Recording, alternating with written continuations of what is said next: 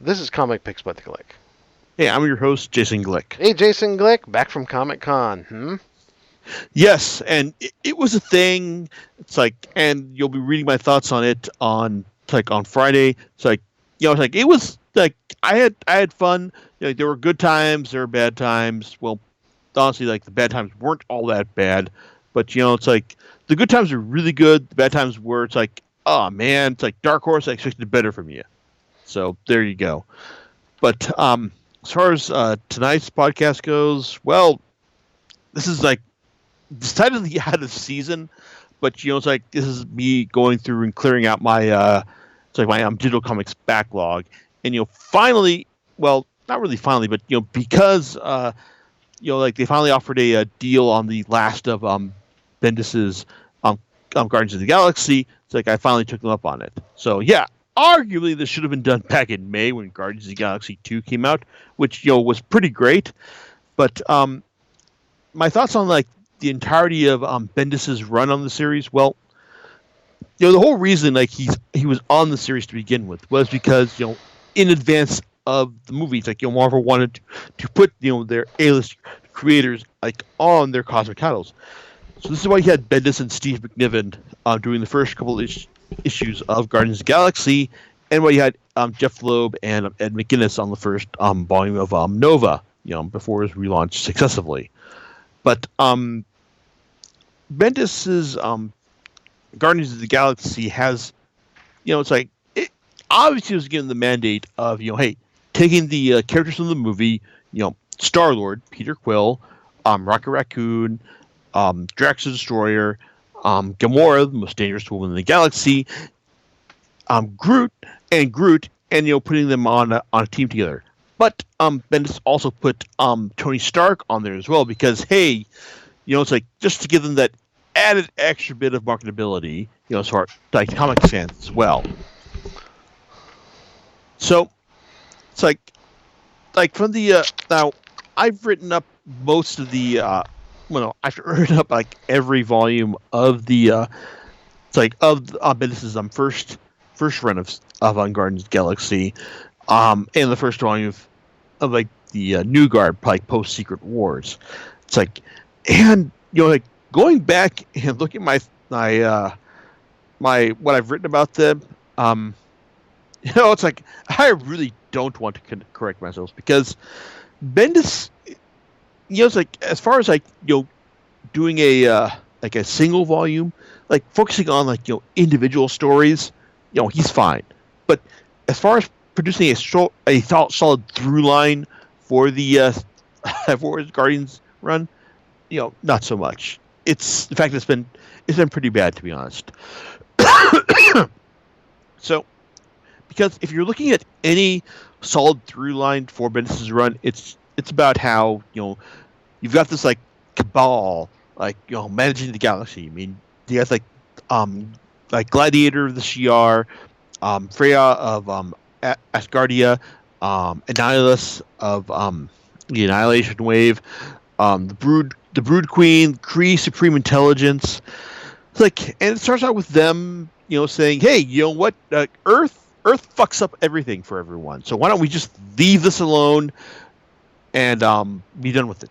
But that just puts Earth as a big, solid target for everyone, including the Badoon, who, it's like, to be honest, they're just evil Klingons.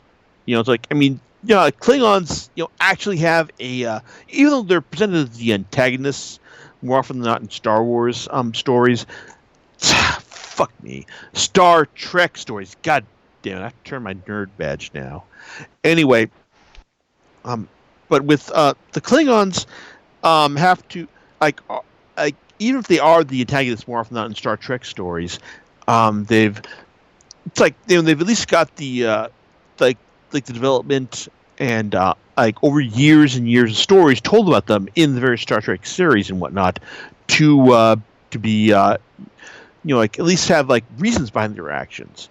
With the Badoon, like they're just like evil alien reptilian creatures, like evil Klingons, like they're antagonists, but they have none of the actual justifications for their actions, and that doesn't change with Bendis' stories here. In fact, the main goal with with Bendis's run, it's like to present the Guardians as the fun-loving, quip-loving characters, like from the 2014 movie and 2017 movie as well. And he does that. I mean, like his Peter Quill, it's like loves being flip and glib about everything. Same goes for Drax and Rocket. I mean, and Rocket loves like putting out all sorts of like alien. It's like alien slang as well, which like I'm sure Bendis loves because hey, it's like like I love being talking about the Kraken Globnarb and all. It's like and it's fine, but it gets annoying after a while. It's like and his take on Gamora. It's like for someone who is billed as the most dangerous woman in the galaxy, she winds up during his run, being taken captive and having to be bailed out by the rest of the Guardians crew a lot more often than you'd think. In fact, Angela, who was originally a Todd McFarlane creation that Neil Gaiman basically gifted to the Marvel Universe, because he wants to troll Todd McFarlane as a result of his lawsuit against him, which I'm all in favor of, because like anytime Gaiman wants to troll McFarlane, it's like I'm fully behind that. That Angela, it's like she's for various guest starring bits in Bendis' run, does come off as a much more competent and capable most dangerous woman in the galaxy than Gamora. Sad to say, but as far as Bendis' run goes, I mean, it's like I said, the individual stories are fine. Like when you get to like bits like with Gamora and Angela taking on the Badoon in it's like in issue 10 of of his run, which was illustrated by Kevin McGuire. That was good. That was good, like a solid done in one issue. Then you get but then you get to stuff like his Guardians Disassembled arc, which hey, it's like if you're name checking his Avengers Disassembled arc, which kicked off his whole Avengers run, that was very disappointing because hey, at the end of it, the Guardians weren't disassembled. In fact, they all came back together at the end because it's like they had all the right connections, all including Captain Marvel, Carol Danvers, and then when Bendis had to address the fact that hey, Drax, Star-Lord, and Thanos were left for dead at the end of the Advent Atlantic run in the Thanos Imperative in the Cancerverse. It's like he had to do that, but it's like it was kind of disappointing because Bendis tends to not really play well when he's asked to like address the mess that other creators have left behind them, particularly when said mess involves lots of cosmic continuity as well. But when you get to bits like the like addressing Flash Thompson's Venom symbiote, like that was perfectly fine. Like the bits with Peter Quill leading into his run as Emperor of Spartax, that was fine.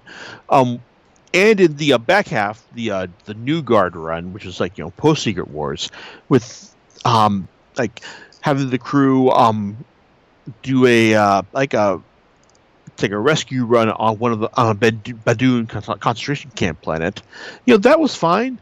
And the Secret Wars arc that kind of heralds the end of his run, where that left they had the crew going back to Earth in order to back up Carol Danvers and her fight against Tony Stark in Civil War II.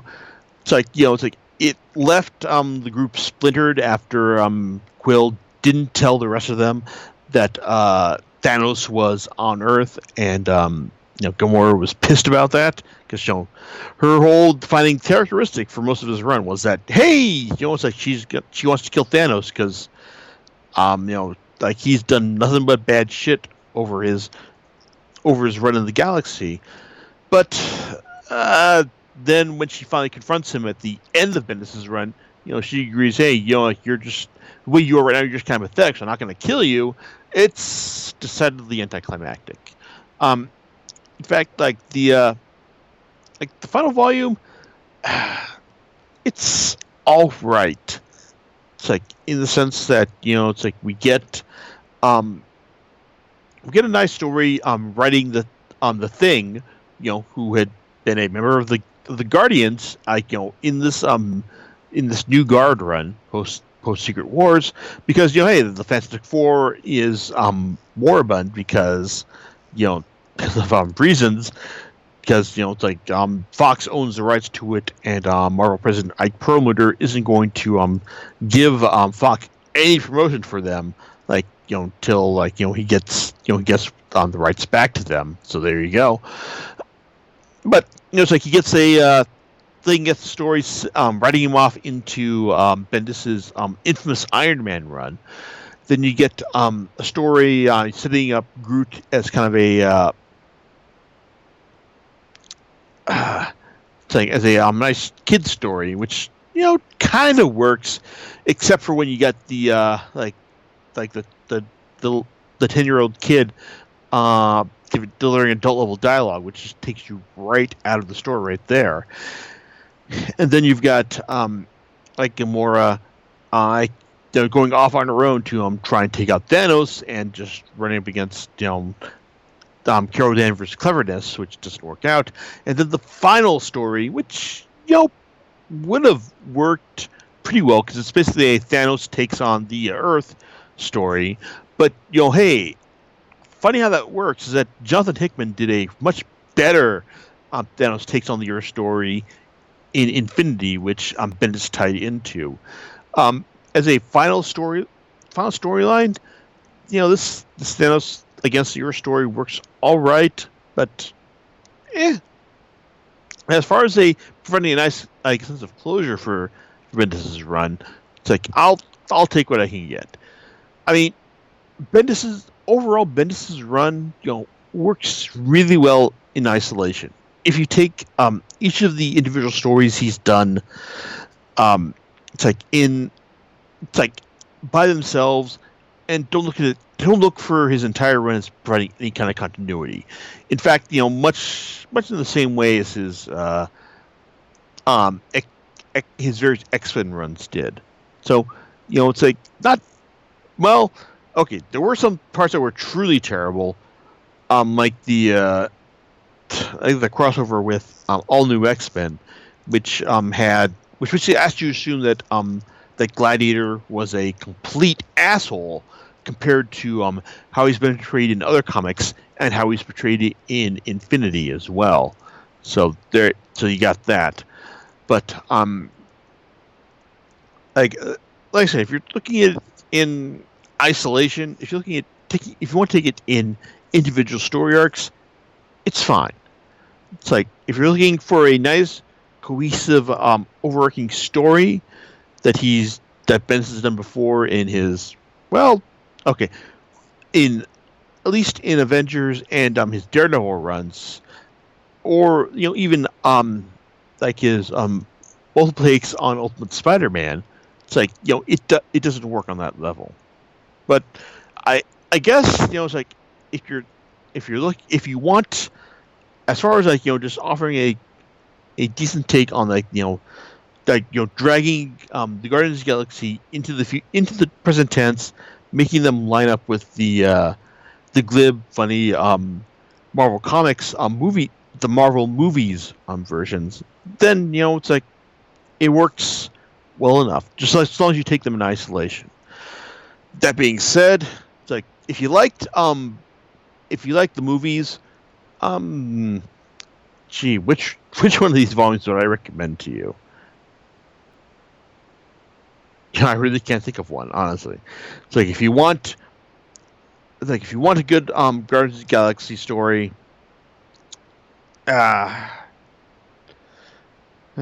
man, yeah, it's like I'm honestly struggling to think of one as far as it pertains for Bendis' stories.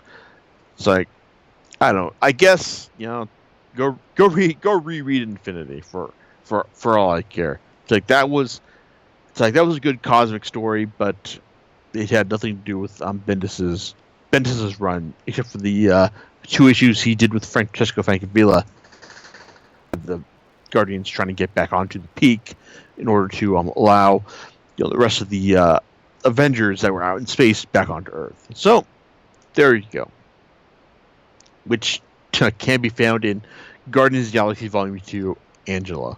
So that's it. I mean,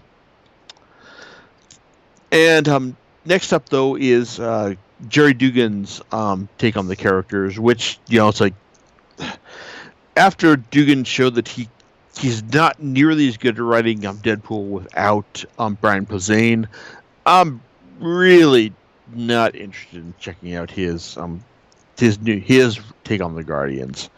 So there you go. I guess, well, gee, this is really kind of depressing, isn't it? I mean, you got like someone who's run on Guardians is like only good in like on an arc by arc basis, and someone who I'm not willing to give a chance to because it's like he's kind of terrible like otherwise.